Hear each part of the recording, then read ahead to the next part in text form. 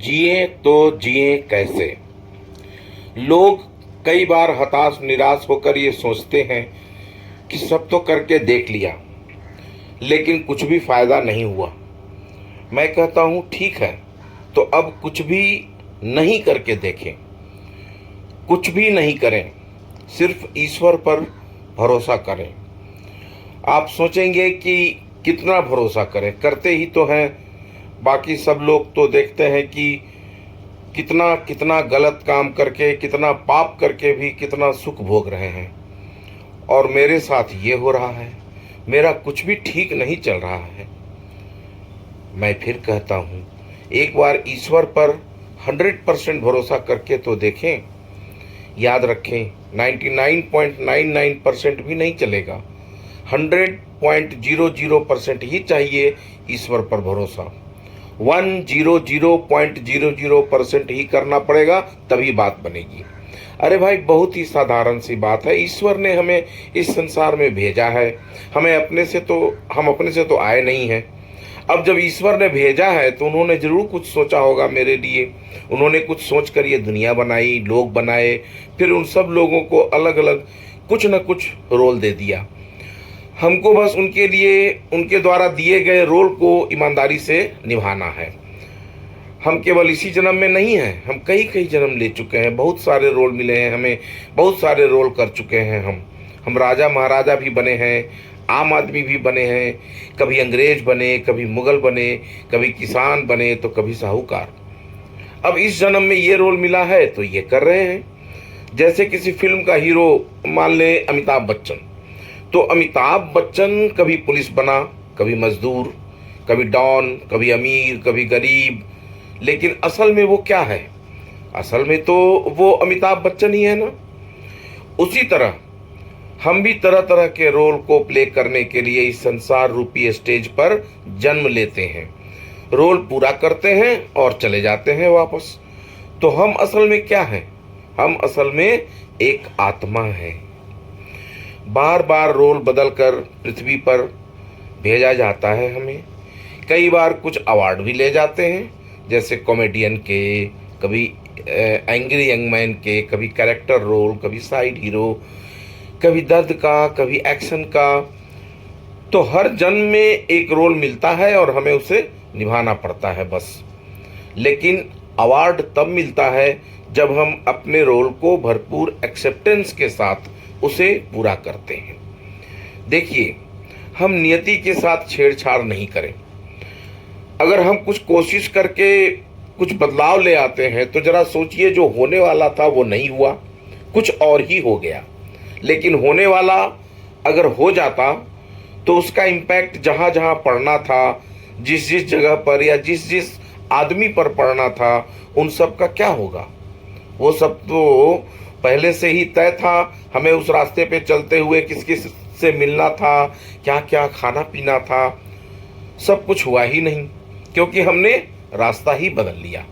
अब उन सब के रोल का क्या होगा जो मुझे उस रास्ते पे मिलने वाले थे? इसलिए हम जो सोचते हैं कि हम कुछ बदल देंगे, ऐसा संभव नहीं है। क्योंकि अगर हम कुछ भी बदलेंगे तो उससे संबंधित भविष्य की बहुत सारी बातों में बदलाव लाना होगा। सब कुछ जो सेट किया हुआ था वो अस्त व्यस्त हो जाएगा। आपने देखा होगा या पढ़ा सुना होगा कि टाइम मशीन में हम आगे या पीछे जाकर घटनाओं को देख सकते हैं, सिर्फ देख सकते हैं, बदल नहीं सकते। किसी भी घटना से छेड़छाड़ करने की इजाज़त नहीं होती है। एक मूवी में हमने देखा कि हीरो टाइम मशीन के द्वारा पीछे जाकर किसी से बदला लेने की सोचकर उसे जान से मारना चाहता है, लेकिन उसे पता चलता है कि उसी विलेन की पोती ही हीरो की पत्नी है। अब अगर वो उस विलेन को मार देगा तो उसको बेटा कैसे होगा, और बेटा नहीं होगा तो उसको पोती कैसे होगी, और फिर वो उसकी पत्नी कैसे बनेगी? मतलब बहुत गड़बड़ है ना। तो हम कुछ भी बदल नहीं सकते। एक एक पल का रोल लिखा जा चुका है सबके लिए। ये जो हम बोल रहे हैं ये भी पहले से ही तय है, और तभी बोल रहे हैं। आप अभी ये जो सुन रहे हैं, अभी क्यों सुन रहे हैं? क्योंकि आपका रोल अभी ही आया है सुनने का। मतलब सब कुछ पहले से ही तय है। पल पल का एक्शन, हमें कब कब क्या क्या करना है, सब पहले से ही तय है। हमें बचपन से ही सिखाया जाता है कि मेहनत करोगे तो सफलता मिलेगी। फिर भी सभी लोग मेहनत नहीं करते। करते हैं क्या? नहीं ना। सभी जानते हैं कि मेहनत करना चाहिए, मगर करते कुछ ही लोग हैं। और मज़ेदार बात यह है कि जितने लोग मेहनत करते हैं उनमें से भी सभी लोग अपनी इच्छा अनुसार सफलता नहीं पाते हैं। है ना कमाल की बात। मतलब मेहनत करने की सीख देना भी तय है, और मेहनत करना या नहीं करना भी तय है, और सफलता असफलता भी तय है। मतलब सब फिक्स्ड है। तो ये तो मैच फिक्सिंग का मामला हो गया बॉस। अब देखिए, क्या है कि हमें छोटी छोटी चोट लगना या बड़ी चोट लगना सभी कुछ तय है। इसका मतलब क्या हुआ कि हम खूब गलतियां करें, बिना झिझक सब नियम को तोड़ते हुए पाप करते जाएं, और हमें कुछ नहीं होगा, क्योंकि हम तो रोल प्ले कर रहे हैं। सही है। अगर अरे कोई विलेन भी तो होता है ना मूवी में, और विलेन का रोल करने वाले को तो अंत में दंड मिलता ही है ना। और एक मजेदार बात यह भी है कि अगर मेरा रोल विलेन का है तो सारी सिचुएशन इस तरह बन जाएगी कि हम बेखौफ गलतियां करने लगेंगे और एक बुरा व्यक्ति का रोल अदा करने लगेंगे।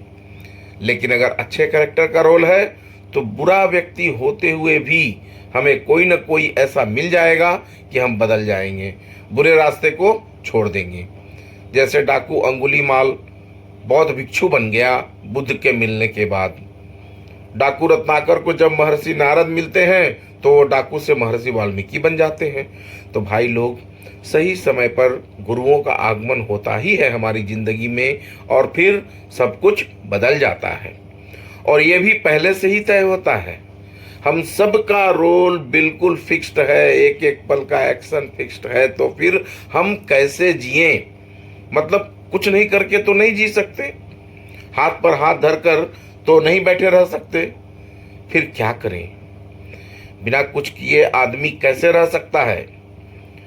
तो भाई करना है, सब काम करना है, मगर कर्ता बनकर नहीं, माध्यम बनकर। अब ये माध्यम क्या है? मतलब सब कुछ करने वाला ईश्वर है, हम माध्यम हैं। तो मेरे द्वारा किए गए सारे कर्म मैंने नहीं किए, मुझसे ईश्वर ने करवाया। हमें ऐसा सोचना है। ये हम तभी सोच पाएंगे जब हम अपने हम को गिरा दें, हम को मिटा दें, अपने अहंकार को मिटा दें। लेकिन ये कैसे होगा?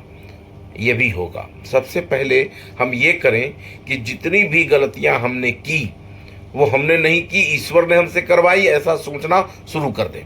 बस इतना ही। रोज रात में सोते समय दिन भर के किए गए कार्यों को रिवाइज करें कि कहाँ कहाँ आपने गलती की, मतलब कहाँ कहाँ झूठ बोला, कब कब आपने गुस्सा किया, वगैरह वगैरह। तो सीधा ईश्वर पर दोष थोप दें कि भाई मैं तो माध्यम हूं, मैंने कुछ नहीं किया, सब ईश्वर ने किया है, मैं किसी भी किए गए गलत कार्य के दंड का भागी नहीं हूं, और एकदम निश्चिंत होकर नींद मारे।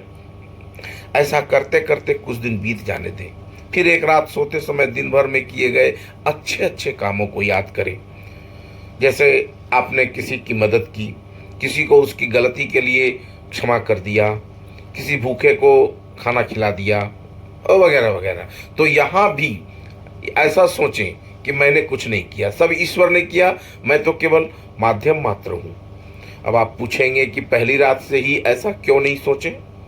तो मेरा ये मानना है कि पहली ही रात से अगर आप प्रत्येक अच्छे और बुरे कामों का उत्तरदायी ईश्वर को मानने का सोचेंगे तो आपका अहंकार आड़े आएगा।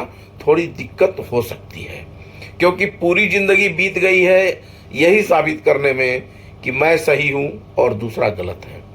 तो अच्छे काम का श्रेय इतने आसानी से आप दूसरे को नहीं लेने देंगे।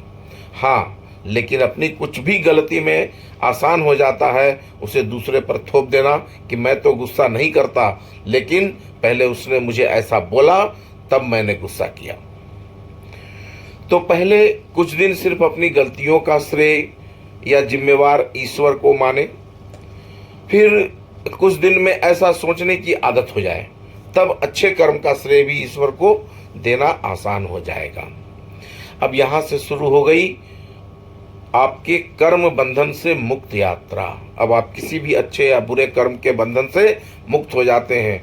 तो आप कोई भी कर्म जो सामने आपको सही लगे उसे निष्काम भाव से करें, मतलब अपने आप को कर्ता नहीं मानते हुए करें, उसके किसी भी प्रकार के अच्छे या बुरे फल के प्राप्ति की इच्छा से रहित होकर। यहाँ आपका अहंकार बिल्कुल ही समाप्त हो जाएगा। जैसे एक डायरेक्टर किसी अभिनेता से काम करवाता है, जैसा जैसा डायरेक्टर बोलता है वैसे वैसे ही अभिनेता करता है, उसी हाल में अपने आप को समझना शुरू कर देंगे। जब हम भगवान के मंदिर में जाते हैं और उनसे प्रार्थना करते हैं कि मेरा कोई काम हो जाए, वो काम हो गया तो ठीक, और अगर नहीं हुआ या देरी हुआ तो हम लगते हैं भगवान को कोसने, जैसे वो भगवान न होकर हमारे नौकर होवे और उन्होंने मेरी बात नहीं मानी तो उनको लगे खरी खोटी सुनाने। यहाँ आपको ध्यान देना है कि आप प्रार्थना करें ही नहीं, मतलब प्रार्थना में कुछ मांगे ही नहीं, प्रार्थना केवल धन्यवाद देने के लिए करें। आप सुबह उठ गए, वाह धन्यवाद प्रभु, क्योंकि इस पृथ्वी पर कितने ही लोग कल रात सोए थे, उनमें से कुछ लोग सुबह उठ ही नहीं सके, लेकिन आप उठ गए तो प्रभु का धन्यवाद तो बनता है। आप रेस्टोरेंट में जाते हैं, बैरा आकर पानी रखता है, आप थैंक यू बोलते हैं। वो आकर आपका ऑर्डर किया हुआ खाना रखता है, आप थैंक यू बोलते हैं। बिल पे कर देने के बाद भी उसको थैंक यू बोलते हैं, जबकि वो बस अपनी नौकरी कर रहा था और भगवान को दिन भर में एक बार भी थैंक यू नहीं बोल सकते, जो सारी दुनिया का पालनहार है। क्यों भाई? तो प्रार्थना केवल धन्यवाद बोलने के लिए करें, कुछ मांगने के लिए नहीं, क्योंकि आपको क्या चाहिए उनको पता है, बताने की जरूरत नहीं है। माता पिता को पता होता है कि उसके बच्चे को क्या चाहिए। ठंड से बचने के लिए कंबल चाहिए, वो देते हैं। धूप और पानी से बचने के लिए छाता, बीमार होने पर दवा, भूख लगने पर खाना, सब देते हैं। वैसे ही वो परमपिता परमेश्वर हमें सब कुछ सही समय पर सही तरीके से दे देगा। हम किसी चीज को प्राप्त करने की जिद कर बैठते हैं और नहीं मिलने पर ईश्वर से रुष्ट हो जाते हैं, जबकि ईश्वर किसी भी चीज को देने के पहले उसको हमारे लिए चेक करते हैं। अगर सही लगता है तभी देते हैं, अगर सही नहीं लगता है तो नहीं देते हैं। ये विश्वास आपको अपने अंतर्मन में बिठाना ही होगा, क्योंकि ईश्वर के लिए कुछ भी देना असंभव नहीं है, लेकिन हो सकता है आगे चलकर वो हमें हानि पहुंचाए जो हम नहीं जानते हैं। परंतु ईश्वर हमारी इच्छित वस्तु हमें नहीं देकर हमारा भला कर रहा है। जैसे कोई बच्चा अगर बुखार में आइसक्रीम खाने की जिद करे तो उनके माता पिता सक्षम होने के बावजूद उसे नहीं देंगे, और ऐसा वो उस जिद्दी बच्चे के भले के लिए करेंगे। एक प्रार्थना ये भी है कि हे प्रभु, आपका बहुत बहुत धन्यवाद कि आपने मेरी सारी इच्छाएं पूरी नहीं की, क्योंकि बदलते समय के साथ इच्छाएं भी बदल जाती हैं। अगर पहले वाली इच्छा पूरी हो जाती तो अभी बहुत दिक्कत का सामना करना पड़ता। तो जो हुआ अच्छा हुआ, जो होता है अच्छे के लिए ही होता है। सरकार अपने देश की गरीबी मिटाने के लिए अगर चाहे तो बहुत सारा रुपया छपवा कर सबको बांट दे, गरीबी खत्म हो जाएगी। सरकार ऐसा कर पाने में सक्षम भी है, लेकिन सबको बहुत बहुत रुपया बांट देना गरीबी मिटाने का समाधान नहीं है। पूरी अर्थव्यवस्था बैठ जाएगी, देश बर्बाद हो जाएगा। उसी प्रकार भगवान सब कुछ दे सकते हैं, लेकिन हर किसी को उसकी योग्यता के अनुसार ही देते हैं। अगर किसी बड़े बिजनेसमैन को करोड़ों रुपया दे दिया जाए तो नई फैक्ट्री लगाकर देश की उन्नति में सहायक हो सकता है, लाखों लोगों को रोजगार दे सकता है। लेकिन किसी भिखारी को करोड़ों रुपया मिल जाए तो वह पागल हो जाएगा, सारा रुपया अय्यासी में उड़ा देगा, बर्बाद ही कर देगा। तो भगवान सबको देते हैं उसकी जरूरत और उसकी योग्यता के अनुसार। मान लीजिए आप एक टीचर हैं और अपने क्लास के बच्चों की कॉपी जांच रहे हैं। अगर आप बहुत ही उदारता दिखाएं तो भी बिल्कुल सादी कॉपी जमा करने वाले बच्चे को 100 नंबर नहीं दे सकते हैं ना। अगर आपने उसे सिर्फ पास भी कर दिया तो भी वो अगले क्लास में जाकर और भी अधिक परेशानी में पड़ जाएगा। तो अगर ईश्वर ने आपकी इच्छा अनुसार कुछ नहीं दिया है तो आप मान लें कि वो चीज आपको लॉन्ग टर्म में हानि पहुंचा सकती थी, या फिर अभी आप उस चीज को पाने की योग्यता से परे हैं। ये जो मैनिफेस्टेशन, अफर्मेशन, ब्रह्मांड, law of attraction, subconscious mind वगैरह वगैरह की बातें हो रही है ना आजकल, सब अपनी जगह सही है। ये सब बहुत वैज्ञानिक भी हैं, लेकिन इन सब से कुछ ही दिनों में हम उबने लगते हैं और निराश हो जाते हैं। तो मित्रों, सबसे सिक्योर्ड रास्ता है भक्ति का, समर्पण का। शर्त सिर्फ इतनी ही है कि हम समर्पण 100.00% करें। लोग समझते हैं यह बहुत कठिन है, लेकिन सच्चाई यह है कि भक्ति करने के लिए आपको सिर्फ और सिर्फ सरल हो जाना है, और सरल होना ही बहुत कठिन है। कठिन नहीं है, कठिन नहीं है। मैं बताता हूँ आसान तरीका। सरल होने के लिए पहली शर्त है लॉजिक को किनारे कर देना। कैसे? इसे एक उदाहरण से समझेंगे। एक गुरु ने अपने शिष्य से कहा, तुम गांव के चौराहे पे चले जाओ। शिष्य उठा और चौराहे की ओर चल दिया। लेकिन जब एक शिक्षक अपने विद्यार्थी से कहता है कि तुम गांव के चौराहे पे चले जाओ, वो पूछेगा चौराहे पर जाकर क्या करना है, किससे मिलना है, क्या कोई दुकान में जाना है, या उस चौराहे पे कोई आने वाला है, उसको कोई संदेश देना है। मतलब 20 सवाल करेगा। गलत नहीं है, ये सही ही है, बिल्कुल सही है, क्योंकि विद्यार्थी ने लॉजिक लगाया, वहां जाना है तो जाकर करना क्या है। लेकिन शिष्य ने क्या किया? कोई लॉजिक नहीं लगाया। गुरु ने कहा और वो चल दिया। अब गुरु ने कहा है तो वही जाने क्यों भेज रहे हैं भाई साहब। इसीलिए पहले गुरुकुल हुआ करते थे, वहाँ गुरु शिष्य परंपरा सिखाई जाती थी। अब विद्यालय हो गए, जहाँ शिक्षक और विद्यार्थी होते हैं, जहाँ लॉजिक सिखाया जाता है।